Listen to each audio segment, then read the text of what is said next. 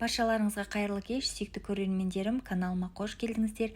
Бүгін сіздерге күріші езілмей дара-дара болып пісетін палаудың рецептін ұсынамын. Жалпы палаудың рецептін барлық қыз-келіншектер біледі десе де, жаңадан түскен жас келіндерге пайдалы болар деген ойдамын. Ал ендеше бастайық. Ең алдымен сәбізімізді жақсылап жуып, осы видеода көрсетілгендей етіп турап дайындап аламыз. Пиязымызды да турап дайындап қоямыз. Келесі кезекте қызған майымызға етімізді салып, шамамен 10-15 минут аралығында қызартып қуырып аламыз. Етіміз қуырылғаннан соң оның үстіне жаңағы турап дайындап қойған пиязымызды, яғни жуамызды салып, тағы да жақсылап араластырамыз. Жаңағы турап дайындап қойған сәбізімізді де саламыз. Жақсылап араластырып, дәміне қарай тұз саламыз. Бұл жерде менде тұздалған ет болғандықтан ас қасықты толтырмай, жарты ас қасық салдым. Сіздер дәміне қарай тұзды қоссаңыздар болады. Жақсылап араластырып, қазанымыздың қақпағын жауып, орташа отта шамамен 20 минут аралығында қуырып аламыз. Келесі кезекте сәбізіміз бен етіміз жақсылап қуырылғаннан соң, оның үстіне салқын су құямыз.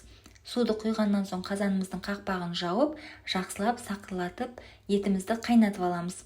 Қайнағаннан соң бетіне шыққан көпігін алып тастаймыз. Газымыздың отын орташа отта қойып, қазанымыздың қақпағын жартылай жауамыз. Етіміз піскенше жақсылап қайнатып алатын боламыз. Құрметті көрермендер, біздің етіміз пісіп дайын болды. Келесі кезекте жақсылап жуылған күрішімізді саламыз. Күрішті салғаннан соң өздеріңіз тұздарын қарасаңыздар болады. Тұзы кем болса, аз ғана тұз саламыз. Күрішімізді жақсылап осылай бір тегіс етіп жайып аламыз. Егер сіздегі су аз болса, үстіне аз ғана қайнаған су құйсаңыздар болады. Осылай барлығын бір тегіс етіп, суы тартылғанша қайнатамыз. Суы тартылғаннан соң күрішіміздің барлығын ортаға жинап, бетіне пергамент қағазын жауып, 15 минутқа жай отта бұқтырып қоямыз.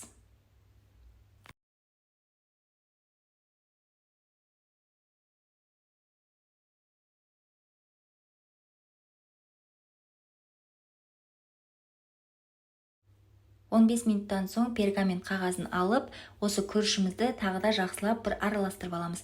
Барлық жері бір тегіс пісу үшін осылай араластырып алыңыздар. Содан соң пергамент қағазын тағы да жауып, шамамен 5-10 минутқа жай отта тағы да бұқтырып қоямыз. Сол аралықта біздің күрішіміздің барлық жері бір тегіс және де әдемі болып пісіп дайын болады. Құрметті көрермендер, осы рецепт сіздерге ұнап жатса, пайдалы болып жатса, видеоға лайк басып, астына өз пікіріңізді қалдыруды ұмытпаңыздар. Көріп тұрғандарыңыздай біздің палауымыз пісіп дайын болды. Қазір ең алдымен етін алып, жақсылап турап дайындап аламыз.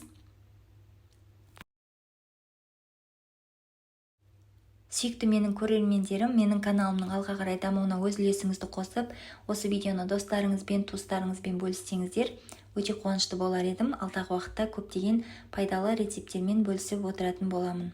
Осымен біздің палауымыз дайын. Міндетті түрде дәл осы рецептпен жасап көріңіздер. Сіздерге, сіздердің отбасыларыңызға ұнайды деген ойдамын. Сіздермен болған Әсел. Баршаларыңызға рахмет достар.